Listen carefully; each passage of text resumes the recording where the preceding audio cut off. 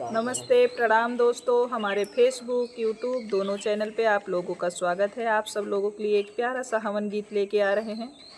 आप लोग को जैसा लगे ज़रूर बताइएगा। माता रानी का कल नवमी है, उसी के उपलक्ष्य में एक हवन गीत आप लोग को सुना रहे हैं। जैसा लगेगा ज़रूर बताइएगा। अच्छा लगे तो हमारे चैनल को भी विजिट कीजिएगा दोस्तों, और आगे बढ़ाइए। हवन करवले कवन फल, कहीं विप्र पंडित, कहीं विप्र पंडित हो। पंडित ये कर अर्थ बताई, कवन फल होई है, कवन फल होई है हो।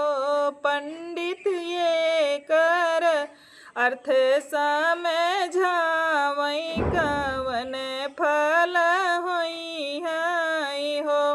हवन करवले है फल, सुना रानी रुकमारी, सुना रानी रुकमारी हो। रानी जब धुइया जई है गगन में, तबई फल होई है, तबई फल होई है हो। रुकमणी जब धुइया जई है गगन में, तबई फल होई है, तबई फल होई है हो। पोखरा खनवले कवन फल, कहीं विप्र पंडित, कहीं विप्र पंडित हो। पंडित ये कर अर्थ बताई, तो हमें समझाई, ते हमें समझायो हो। पंडित ये कर अर्थ बतावा, कवन फल होई है, कवन फल होई है हो। पोखरा खनवले है फल, सुना रानी रुकमारी, सुना रानी रुकमारी हो।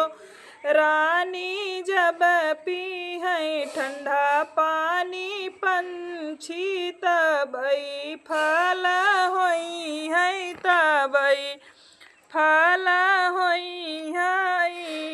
रानी जब पी है ठंडा पानी पंछी, तबई फल होई है, तबई फल होई है हो। पुत जनमवले कवन फल, कहीं विप्र पंडित, कहीं विप्र पंडित हो। पंडित ये कर अर्थ बतावा, कवन फल होई है, कवन फल होई है हो।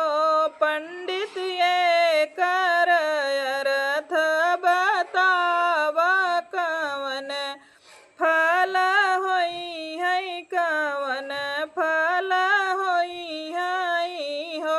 पुत जनमवले है फल, सुना रानी रुकमारी, सुना रानी रुकमारी हो। रुकमणी जब पूत दई है पिंड दनवा, तबई फल होई है, तबई फल होई है हो। रुकमणी जब पुत्र दई है पिंड दनवा, तबई फल होई है, तबई फल होई है हो। धिया जनमवले कवन फल, बोला विप्र पंडित, बोला विप्र पंडित हो। पंडित ये कर अर्थ बतावा, कवन फल होई है,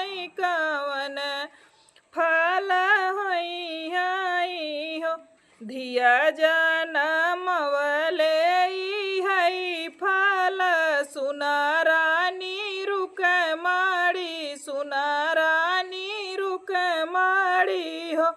रुकमाड़ी जब बाबा दई है कन्यादान माता बई फल होई है तबई फल होई है हो। रुकमाड़ी जब बाबा दई है कन्यादान माता बई फल होई है तबई फल होई है हो। दोस्तों हमारा हवन गीत कैसा लगा आप लोग कमेंट के माध्यम से ज़रूर बताइएगा और अपना प्यार दुलार भी दीजिएगा और हमारे गाने को विजिट भी करिएगा दोस्तों।